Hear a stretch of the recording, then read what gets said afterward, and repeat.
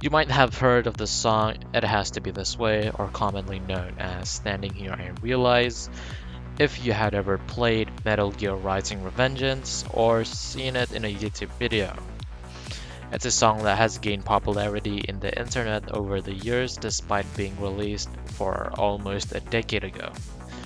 And why is that? Well, in this video, we will talk about what makes this song special and how it still finds relevance up to this day. First, let's talk about the soundtrack's function and what it has to deliver to the game. As you might know, that most soundtracks for video games are largely instrumental, but why does the soundtrack for the bosses in Metal Gear Rising have a vocal layer? Well, the goal of a soundtrack is usually to enhance the experience and get the player to have a specific emotional response. Because it's enhancing what's already happening on screen, a vocal layer isn't really necessary most of the time. Take the recent Ultra Kill soundtracks as an example of this. The soundtracks that play during combat are setting out to evoke feelings of power and strength. The instrumentals alone manage this, so why bother adding a vocal element to them? The few tracks that do have lyrics are just chanting and gibberish. It's there to make you feel like there's a crowd cheering you along on your destructive path, thus making you feel even more badass.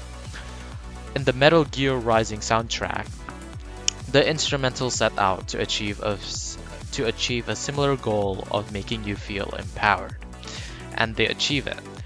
The soundtracks are heavy, fast, and frenetic, perfectly synced with the gameplay and resulting in you, the player, feeling like a really cool cyborg ninja. But that's just the thing. The instrumental versions of the track achieve the goal. A vocal layer could add to the feeling even more, but it wasn't necessary. It would just be a cherry on the top. But instead of stopping there, the composers asked what else could a vocal performance add to the experience? And the answer was to provide characterization. The lyrics in Armstrong's soundtrack obviously shows that there's a symbolism for the battle between him and Raiden, the main character of the game.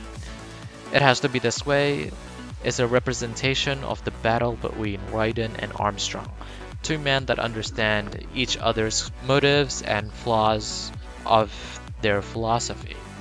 Armstrong's beliefs are that of social Darwinism, where the strong can thrive, taking their own destiny into their own hands, and pulling themselves out from the gutter, and that's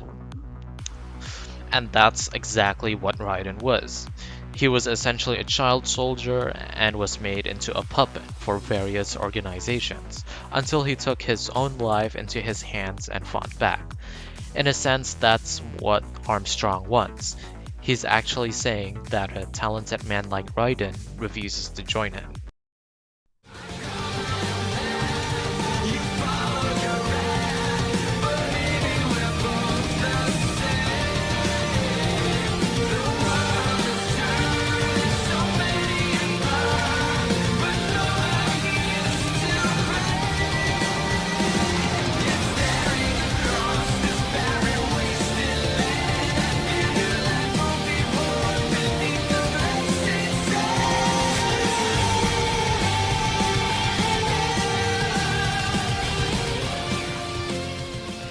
In the end of the fight, when you finally defeat Armstrong, the lyrics implies that Raiden, as he pulls out Armstrong's heart, he has essentially absorbed Armstrong's ideals, acting as the motivation and stimulation for future struggles.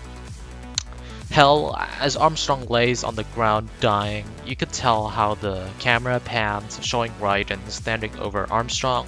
It looks though Armstrong is in Raiden's shadow.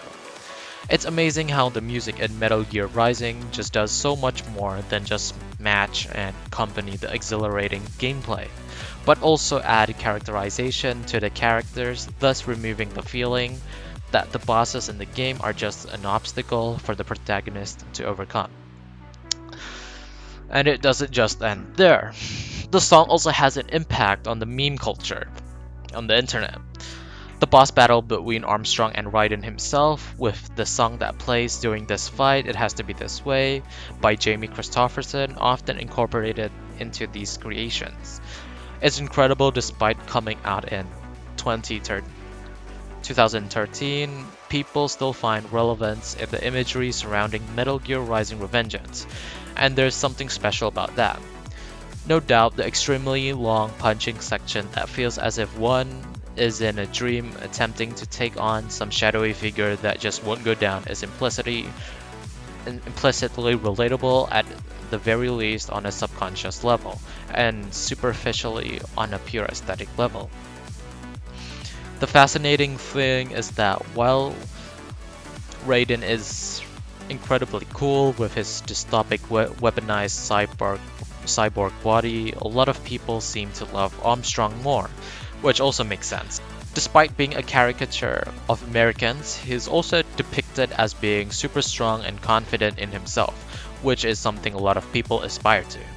It's no secret Revengeance is an incredibly political game, as is most in the franchise. So watching Armstrong's take on improving the world boiling down to a Mitchell and Webb "why don't we just kill the poor" sketch is incredible. In the end, it's clear that the scene has left a remarkable impression on the brains of those who enjoy video games and internet spaces, which is, let's be honest, a heck ton of people. However, whether or not one has actually played Metal Gear Rising becomes irrelevant, as the easily recognizable imagery of a small man punching a big man a million of times perfectly suited to being paid homage to a myriad of media, whether that be through video games, anime, or any other pop culture vehicles. Essentially, Raiden punching Armstrong is a simple clip, yet it conveys so much, igniting the passion and creativity of those who wish to replicate and reference it by any means necessary. And that's finally the end of this video. Let's go, right? I have sacrificed my well-being making this video, making the text, right? It's currently 4 a.m. in the morning. I haven't slept, and I have a test later in like 4 hours. Like, oh my god, please, Mr. Popo, give me a good grade. I swear to god, if you don't give me a good grade, please.